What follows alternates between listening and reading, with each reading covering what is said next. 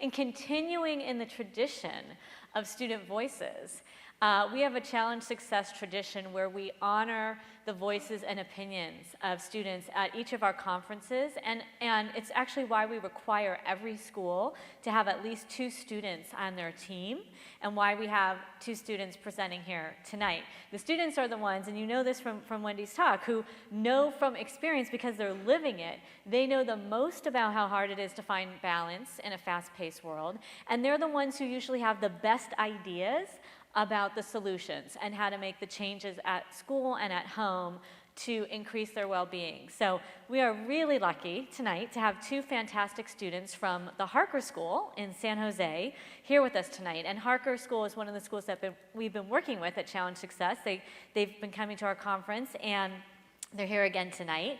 First, we're going to hear from Austin Lai, who's a senior. He's a musician with an interest in mental health advocacy and student wellness, and he's been involved with the Harker Life Wellness Board and also the Harker Challenge Success team.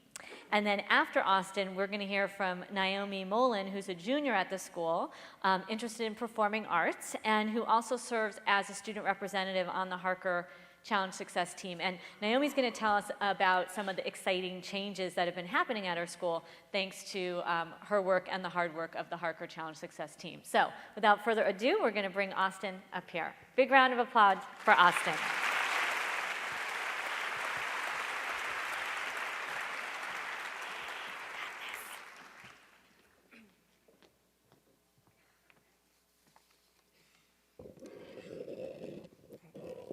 Thank you so much for the opportunity for letting me speak tonight. As many of you know, my name is Austin Lai, and I'm a senior at the Harker School. I was raised with the knowledge that succeeding was not just doing my personal best, but being the absolute best. Success was not relative. I could not succeed by coming in second place. Success was 100%. Success was Stanford, Harvard, and Yale. Success was not settling. It was a constant comparison, a constant questioning of whether what I was doing was enough, whether I was enough. It was constant doubt and guilt. Success was everything. My father grew up in rural Taiwan and woke up long before the sun rose every morning to cook for his family and prepare his brother and sister for their 5-mile trek to school. His afternoons were spent working in a bottle factory, and he would tell me his story while helping me with my math homework, forcing me to repeat each problem over and over again while I counted down the minutes until dinner time. He would explain to me that all that he went through in his life, crossed an ocean to a strange country thousands of miles away from his friends and family, so that I would not have to struggle as he did, so that I would have an easy path to success. I would ask him exactly what success meant, and his answer would never change. Success was being the best. Success was never giving up. It was putting all other matters, friends, happiness, life experiences, second. It was an acceptance letter to an Ivy League school. It was making all the right choices, receiving all the right grades, excelling in all the right activities, and ultimately selecting the right career path. Success was never being satisfied because nothing was ever enough. It was constantly looking for a way to be better, greater, smarter, and wealthier. This knowledge was something I internalized and carried with me with pride, but also with a sense of guilt.